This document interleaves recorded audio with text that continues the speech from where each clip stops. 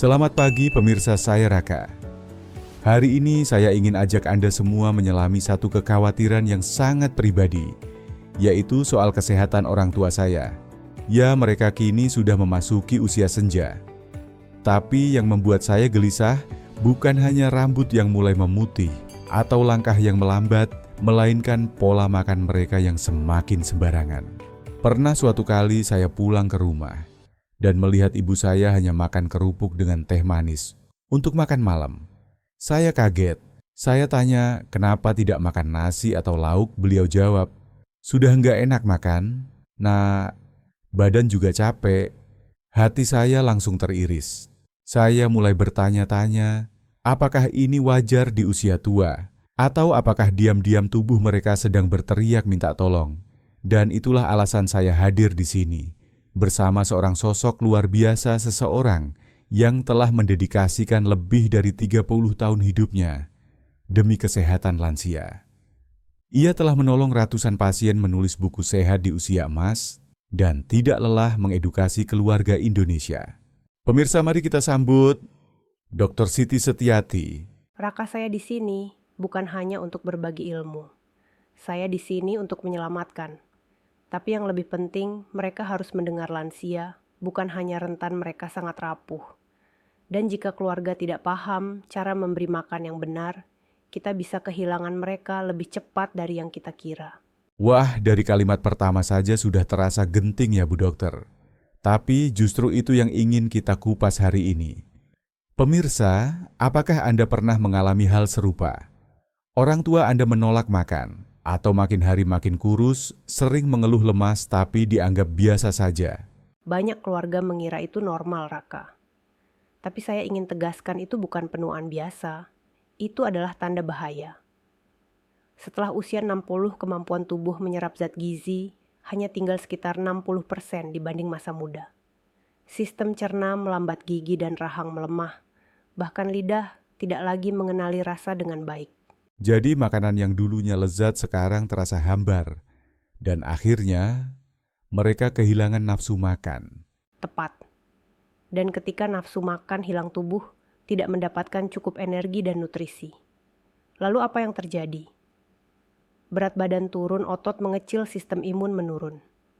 Saya punya banyak pasien yang awalnya hanya malas makan, tapi berakhir di rumah sakit karena jatuh infeksi saluran cerna, bahkan pneumonia. Astaga, ini serius sekali. Pemirsa, saya ingin tahu, Anda tinggal di mana? Dan hal apa yang paling Anda khawatirkan soal kesehatan orang tua Anda? Tulis sekarang di komentar. Saya akan bacakan beberapa nanti. Bu Dokter, tadi Anda menyebut bahwa sistem pencernaan melemah. Bisa dijelaskan lebih detail bagaimana kondisi itu memengaruhi kebutuhan gizi lansia? Tentu. Sistem pencernaan lansia menurun bukan hanya karena usia, tapi juga karena banyak di antara mereka mengonsumsi obat-obatan untuk penyakit kronis. Obat ini, walau perlu, sering memberi efek samping mual, nyeri lambung, atau mulut kering. Akibatnya makan jadi tidak menyenangkan. Belum lagi jika mereka tinggal sendiri, tidak ada yang masak, tidak ada yang mengingatkan makan. Jadi bukan hanya soal apa yang dimakan, tapi juga soal siapa yang menemani saat makan. Betul sekali. Disinilah peran keluarga sangat penting. Saya pernah menangani seorang ibu 72 tahun. Anaknya tinggal di luar kota dan beliau tinggal sendiri. Selama sebulan beliau hanya makan bubur instan dan teh manis. Akibatnya berat badan turun 7 kg, kadar hemoglobin rendah, dan beliau jatuh saat mengambil air. Tulang pinggulnya retak. Saya nggak bisa bayangkan kalau itu terjadi pada ibu saya. Bu Dokter, ini sungguh menyentuh. Tapi yang ingin saya tahu, apa kita bisa membalikkan keadaan? Bagaimana cara membuat orang tua kembali semangat makan? Bisa, tapi perlu pendekatan gizi yang tepat dan sentuhan hati. Pertama, jangan beri porsi besar. Lansia cenderung takut makan banyak. Bagilah menjadi 3 kali makan utama dan 2 kali camilan sehat. Kedua, buat makanan yang lembut tapi penuh gizi seperti sup ayam kampung bubur, kacang hijau, atau tumis bayam dengan tahu lembut. Saya pernah dengar tentang makanan lunak bergizi. Tapi kadang orang tua bilang nggak enak atau bosan. Apa ada trik khusus untuk mengatasi itu? Tentu, variasi rasa dan penyajian penting. Gunakan bumbu alami seperti bawang putih, jahe, daun salam untuk meningkatkan aroma.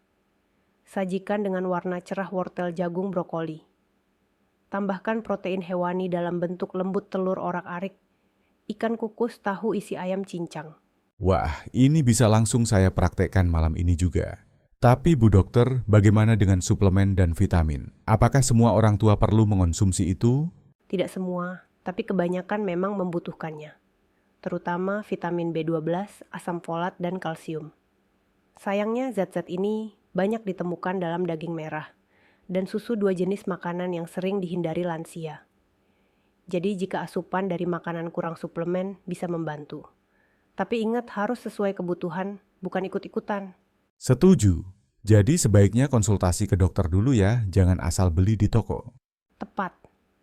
Kita tidak ingin kekurangan zat gizi, tapi juga tidak ingin kelebihan hingga menumpuk dalam tubuh. Saya sering jumpai lansia yang minum kalsium berlebih, tanpa cukup minum air, akhirnya kena batu ginjal. Aduh, pemirsa ini baru bagian awal. Tapi sudah banyak sekali fakta mengejutkan. Makanan yang kita anggap sederhana ternyata bisa menjadi penyelamat, atau sebaliknya menjadi racun diam-diam bagi orang yang kita cintai. Tapi tenang, masih ada harapan. Karena setelah jeda ini kita akan bongkar buah dan sayur apa saja yang bisa jadi obat alami bagi orang tua Anda. Dan Anda akan kaget karena sebagian besar mungkin sudah ada di dapur Anda. Baik, kita lanjut lagi bersama Dr. Siti Setiati. Bu Dokter, tadi Anda menyebut bahwa banyak makanan sederhana bisa menjadi penyelamat, tapi bisa juga sebaliknya menjadi racun diam-diam. Apa maksudnya?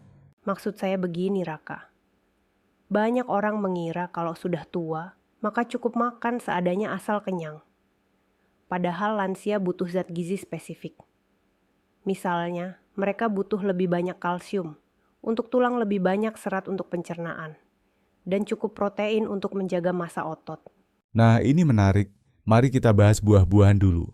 Bu Dokter, buah apa yang paling direkomendasikan untuk lansia? Saya akan mulai dengan satu buah yang sering disalahpahami, pisang. Banyak orang bilang pisang itu bikin sembelit salah pisang matang, justru tinggi serat larut. Jika dikonsumsi dengan cukup air, sangat baik untuk pencernaan lansia. Wah, saya termasuk yang percaya mitos itu. Pemirsa ada yang sama seperti saya? Tulis di komentar ya. Buah lain yang wajib masuk daftar adalah pepaya. Teksturnya lembut, tinggi vitamin C dan beta-karoten, serta membantu melancarkan buang air besar. Ideal untuk lansia yang mulai sulit ke toilet. Tapi bagaimana dengan buah yang asam seperti jeruk atau nanas? Apakah aman? Aman asal tidak berlebihan. Jeruk kaya vitamin C, tapi jika dikonsumsi saat perut kosong, bisa menimbulkan perih, apalagi jika lansia punya riwayat maag. Sebaiknya dikonsumsi setelah makan utama.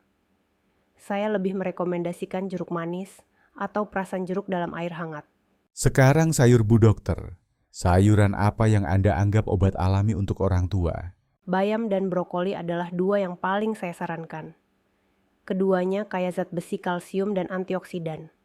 Tapi ada satu sayur yang sering dianggap remeh, padahal luar biasa labu kuning. Kaya beta-karoten, tekstur lunak dan mudah dicerna. Bisa dimasak menjadi sup atau bubur. Wah, ternyata banyak bahan di pasar tradisional yang punya kekuatan hebat ya. Tapi sekarang saya ingin tanya soal air kelapa. Banyak orang bilang air kelapa bagus, tapi apakah benar untuk lansia? Benar asal diminum dalam porsi wajar. Air kelapa mengandung elektrolit alami membantu hidrasi dan baik untuk tekanan darah. Tapi hindari air kelapa dalam kemasan yang diberi gula tambahan. Pilih yang segar dari kelapa muda. Jadi jika pagi-pagi orang tua minum air kelapa, lalu makan bubur labu dengan topping ikan kukus, itu bisa jadi sarapan yang luar biasa ya? Sangat luar biasa, kombinasi karbohidrat, protein, serat, dan mineral. Ringan tapi kaya manfaat. Tapi pemirsa pasti bertanya-tanya, apakah semua lansia bisa mengonsumsi makanan seperti itu? Bagaimana dengan yang punya diabetes atau tekanan darah tinggi? Justru mereka lebih perlu pengaturan menu yang baik. Misalnya, penderita diabetes harus menghindari karbohidrat sederhana seperti gula pasir dan tepung putih. Tapi bisa konsumsi karbohidrat kompleks seperti ubi jalar beras merah dan jagung rebus. Nah, ini menarik. Karena di kampung ibu saya sering sarapan dengan ubi rebus dan teh manis. Tapi teh manisnya itu loh, 2 sendok gula penuh. Hahaha, itu yang harus dikurangi. Teh tetap boleh, tapi ganti dengan madu secukupnya atau tanpa pemanis sama sekali. Untuk pemanis alami, bisa gunakan gula aren dalam jumlah terbatas. Bu dokter, bagaimana jika orang tua sudah kehilangan nafsu makan total? Apakah ada cara untuk membangkitkan kembali selera? Ada. Pertama, variasi dan kejutan. Jangan beri menu yang sama setiap hari. Kedua, suasana makan. Makan bersama anak cucu terbukti meningkatkan hormon bahagia. Ketiga, perhatikan piring mereka. Gunakan piring berwarna cerah agar visual makanan lebih menarik. Jadi tidak hanya gizi, tapi suasana juga penting. Seperti jam makan menjadi waktu yang ditunggu-tunggu bukan hanya kewajiban. Betul. Lansia juga manusia. Mereka tidak hanya butuh makan, tapi juga butuh dicintai saat makan. Wah, kalimat itu menyentuh sekali. Butuh dicintai saat makan. Pemirsa, apakah Anda setuju? Tulis saya setuju di komentar sekarang. Kita akan lanjut ke bagian paling penting menu harian untuk orang tua di usia 60 plus, lengkap dengan contoh dan waktu makan. Tetap bersama kami dan siapkan catatan. Sekarang pemirsa, saatnya kita bongkar menu harian ideal untuk orang tua usia 60 tahun ke atas. Saya yakin banyak di antara Anda yang bertanya-tanya, saya harus kasih makan apa dan jam berapa? Nah, kita akan dapat jawabannya langsung dari Dr. Siti Setiati. Dr. Siti mengangguk pelan, matanya penuh keyakinan. Raka prinsipnya sederhana, tapi harus konsisten. Orang tua sebaiknya makan 3 kali makan utama dan 2 kali camilan sehat setiap hari. Porsinya kecil, tapi padat gizi. Jangan asal kenyang, harus bergizi, mudah dicerna, dan sesuai dengan kondisi tubuh mereka. Raka menyimak dengan seksama lalu melanjutkan. Jadi kita mulai dari pagi hari ya Bu Dokter. Apa sarapan yang cocok untuk mereka? Dr. Siti menjawab tegas, seolah sedang memberi resep kehidupan. Di pagi hari tubuh butuh tenaga, tapi tidak boleh dibebani. Sarapan bisa berupa bubur kacang hijau hangat dengan sepotong tempe kukus. Bisa juga bubur labu kuning yang lembut, ditambah ikan kukus, dan segelas susu rendah lemak. Ringan, tapi menyehatkan. Raka tersenyum dan menimpali. Wah, itu terdengar seperti menu dari restoran sehat. Lalu di jam 10, apa yang bisa dijadikan camilan? Dr. Siti mengangkat jari telunjuk seolah menekankan sesuatu yang penting. Camilan tidak boleh diabaikan. Di jam 10 pagi cukup 1 potong pepaya atau pisang matang. Kalau bisa tambahkan yogurt atau susu kedelai yang diperkaya kalsium. Itu akan membantu menjaga sistem pencernaan dan tulang mereka. Kita lanjut ke makan siang. Saya tahu banyak keluarga kita yang memasak dalam jumlah besar untuk siang hari. Tapi bagaimana agar lansia tetap makan dengan aman? Yang penting adalah keseimbangan. Nasi merah setengah centong sup bayam bening, sepotong ikan panggang, dan irisan buah segar seperti semangka atau apel. Itu sudah sangat baik. Dan untuk sore hari camilan seperti apa yang sebaiknya disajikan? Ubi jalar rebus atau jagung manis adalah pilihan bagus. Bisa juga smoothie buah tanpa gula tambahan. Sederhana tapi kaya manfaat. Akhirnya makan malam. Pasti banyak yang bertanya apakah boleh makan nasi di malam hari. Dr. Siti tersenyum bijak lalu menjawab dengan mantap. Boleh asal porsinya kecil dan lauknya ringan. Sup ayam dengan sayur wortel dan kentang sangat baik. Tambahkan tempe panggang. Dan sebelum tidur, jika tidak intoleran laktosa, segelas susu hangat sangat menenangkan. Raka mencondongkan badan seperti menyampaikan rahasia besar. Tapi Bu Dokter, bagaimana dengan orang tua yang ngotot makan mie instan? Atau tidak bisa lepas dari gorengan dan jeroan? Dr. Siti menghela napas pendek, lalu menjawab penuh penekanan. Itu jebakan nostalgia Raka. Makanan yang dulu terasa nyaman kini bisa jadi bumerang. Tapi jangan langsung dilarang. ganti perlahan. Mie instan bisa diganti bihun jagung rebus dengan sayur dan telur. Gorengan diganti tempe kukus dengan bumbu rempah. Dan jeroan cukup sebulan sekali atau diganti hati ayam rebus. Raka tergelak kecil. Wah, jebakan nostalgia. Saya suka istilah itu, pemirsa. Apakah orang tua Anda juga sering makan makanan semacam ini? Tulis di komentar, mari kita bahas bersama. Raka kembali serius, nadanya sedikit lebih dalam. Bu dokter, satu hal lagi. Lansia sering tidak haus, bahkan lupa minum. Tapi saya dengar ini bisa sangat berbahaya. Dokter Siti mengangguk pelan. Sangat benar. Kekurangan cairan bisa memicu sembelit sakit kepala bahkan pingsan, karena tekanan darah menurun. Mereka harus minum 1,5 hingga 2 liter cairan per hari. Semua cairan dihitung air putih, sup jus susu. Tapi tetap air putih harus rutin ditawarkan. Dan sebaiknya minum sedikit-sedikit sepanjang hari, bukan sekaligus. Tepat sekali. Dan hindari minum banyak di malam hari agar tidak terganggu tidur karena sering buang air kecil. Raka tampak terdiam sejenak lalu bertanya dengan nada tulus. Bu dokter, kita sudah bicara panjang soal makanan dan minuman. Tapi satu hal yang selalu saya dengar, orang tua itu harus banyak bergerak. Benarkah itu? Dokter Siti menjawab tanpa ragu. Gerak adalah obat. Lansia yang rutin berjalan kaki 30 menit setiap hari akan punya sirkulasi darah yang baik. Metabolisme tetap aktif dan otot tidak cepat menyusut. Dan kalau ditambah dengan kegiatan menyenangkan, seperti senam kelompok atau berkebun, maka itu jadi terapi. Aktivitas bukan hanya soal fisik, tapi juga sosial. Lansia yang punya teman ngobrol, teman bergerak, akan makan lebih lahap, tidur lebih nyenyak, dan pikirannya lebih tenang. Jadi semuanya terhubung ya, Bu dokter, makan, minum, aktivitas, dan perasaan. Tepat. Merawat lansia bukan sekadar memberi makan, tapi merawat semangat hidup mereka. Raka menatap kamera, suaranya tegas namun hangat.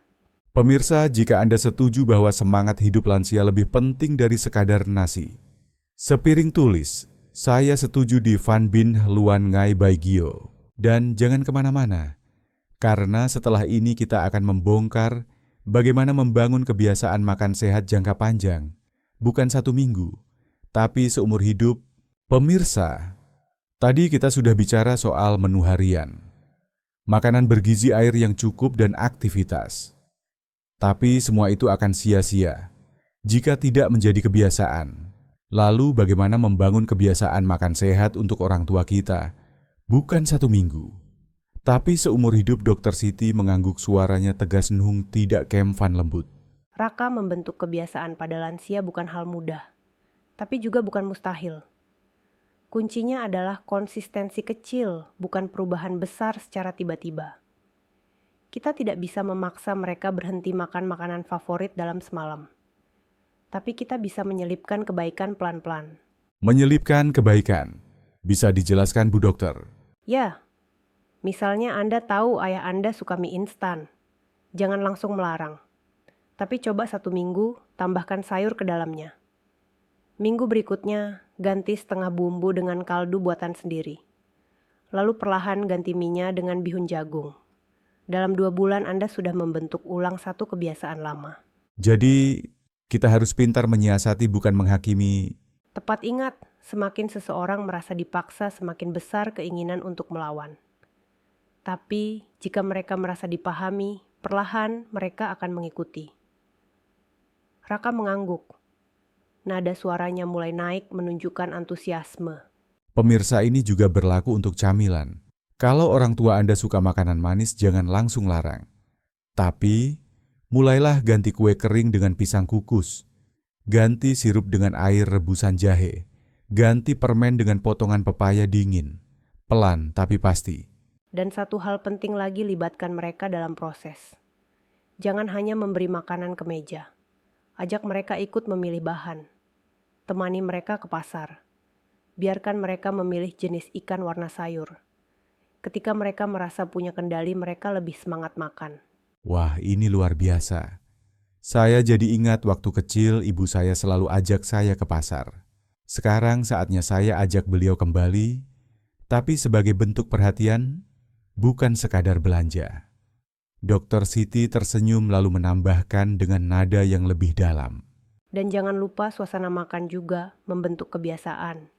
Hindari makan sambil menonton televisi atau dalam kesunyian. Putar lagu lembut, ajak bicara, bahas cucu kebun atau masa muda. Makan bukan hanya soal gizi, tapi soal hati yang nyaman. Bu dokter saya jadi merasa bahwa makanan terbaik bukan yang paling mahal, tapi yang paling penuh perhatian. Betul Raka. Dalam 30 tahun saya menangani pasien lansia, saya belajar satu hal. Orang tua yang dicintai makan lebih baik daripada orang tua yang hanya diberi makan. Kalimat itu seperti tamparan lembut bagi kita semua. Raka berhenti sejenak lalu menatap lurus ke kamera. Pemirsa, jika Anda setuju dengan kata-kata Bu Dokter barusan, tolong beri komentar sekarang. Tulis, saya tidak mau hanya memberi makan, saya mau memberi cinta. Karena cinta adalah nutrisi paling penting di usia senja. Tapi jangan kemana-mana, karena setelah jeda ini kita akan membahas satu topik yang sering membuat bingung. Apakah lansia benar-benar perlu suplemen? Atau cukup dari makanan saja? Jawaban dari Bu Dokter bisa mengejutkan Anda. Pemirsa, kita akan masuk ke topik yang sering membuat kita bingung. Apakah orang tua kita perlu minum suplemen setiap hari? Atau cukup dari makanan saja? Pertanyaan yang sangat penting, Raka. Jawabannya adalah tergantung. Tergantung pada kondisi tubuh asupan harian dan hasil pemeriksaan laboratorium. Jadi tidak semua lansia wajib minum suplemen. Benar. Tapi banyak lansia kekurangan vitamin B12, folat kalsium, dan zat besi. Terutama mereka yang hanya makan makanan lunak atau vegetarian tanpa pengganti hewani. Bagaimana dengan suplemen seperti minyak ikan kolagen atau suplemen sendi? Apakah aman dikonsumsi jangka panjang? Aman jika sesuai dosis dan tubuh memang butuh. Tapi jangan beli hanya karena tetangga pakai, atau karena iklan bilang bagus. Tapi bagaimana dengan orang tua di desa yang tidak punya akses ke dokter spesialis? Kita bisa mulai dari pengamatan. Apakah orang tua mudah lelah, sering sariawan rambut rontok mudah memar itu tanda-tanda kekurangan zat tertentu? Kalau tidak ada gejala apa-apa, apakah tetap perlu suplemen? Kalau makannya seimbang tidak selalu perlu. Lebih baik fokus ke pola makan harian yang sehat. Bagaimana dengan jamu herbal atau madu? Apakah bisa digunakan rutin? Boleh saja asalkan tidak menggantikan makanan utama. Jangan lupa makan nasi sayur dan lauk hanya karena fokus pada satu botol suplemen. Jadi makanan tetap fondasi, suplemen hanya tambahan. Betul sekali. Dan kalau minum suplemen kalsium harus cukup minum air. Kalau tidak bisa terbentuk batu ginjal. Jadi selama minum kalsium minimal 2 liter air setiap hari. Benar. Dan pilih suplemen yang juga mengandung vitamin D dan magnesium. Pemirsa, kalau Anda pernah bingung soal suplemen untuk orang tua, tolong tulis di komentar. Saya juga pernah bingung. Setelah ini saya dan Bu Dokter akan berbagi tentang bagaimana menjaga kesehatan jiwa orang tua lewat makanan dan perhatian sederhana. Jangan kemana-mana. Bu Dokter, selama ini kita banyak bicara soal fisik gizi aktivitas suplemen. Tapi, bagaimana dengan sisi emosional orang tua? Apakah makanan juga bisa menyentuh hati mereka? Tentu bisa, Raka. Makanan bukan hanya soal perut kenyang. Bagi lansia, setiap suapan bisa menjadi pengingat masa muda rumah dan cinta dari keluarga. Jadi, makan itu juga soal perasaan. Betul. Saya sering temui lansia yang sehat fisik, tapi kehilangan selera makan karena merasa kesepian. Tidak ada yang mengajak bicara. Tidak ada yang menyapa waktu makan. Saya merasa tertampar, Bu. Kadang saya terlalu sibuk sampai lupa sekadar menemani makan orang tua saya. Temani saja sudah luar biasa. Tidak perlu obrolan panjang. Hanya duduk bersama melihat mereka mengunyah pelan itu sudah cukup membuat mereka merasa dihargai. Bagaimana jika orang tua tinggal sendiri, Bu? Apa yang bisa dilakukan untuk tetap menjaga semangat hidup mereka? Hubungi mereka secara rutin. Kirimkan makanan kesukaan mereka. Atau video call sambil makan bersama. Teknologi bisa jadi jembatan kasih sayang. Jadi, meskipun jauh, kita masih bisa membuat mereka merasa ditemani? Tentu. Dan satu hal lagi, bantu mereka merasa dibutuhkan. Misalnya minta mereka menuliskan resep lama, atau minta saran memasak, Itu membuat mereka merasa penting. Bu dokter, saya ingat ayah saya dulu suka masak sayur asem. Mungkin saya harus minta beliau ajari saya lagi. Itulah terapi terbaik. Anda menghidupkan kenangan sambil memperkuat hubungan. Jadi, jika kita ingin orang tua makan lebih baik, kita harus hadir. Bukan hanya dalam piring mereka, tapi dalam hati mereka. Sangat benar. Makanan bergizi tidak cukup tanpa cinta. Tapi cinta yang hadir setiap hari bisa menyembuhkan luka yang tak tampak. Pemirsa, saya harap Anda mendengar ini bukan hanya dengan telinga, tapi dengan hati. Tulis di komentar, saya ingin hadir di hati orang tuaku. Dan sekarang, seperti yang kami janjikan, kami akan berikan rahasia sederhana makanan sehari-hari murah, tapi bisa mengubah kesehatan lansia secara drastis. Tetap di sini sampai akhir karena ini bisa menjadi titik balik untuk orang tua Anda.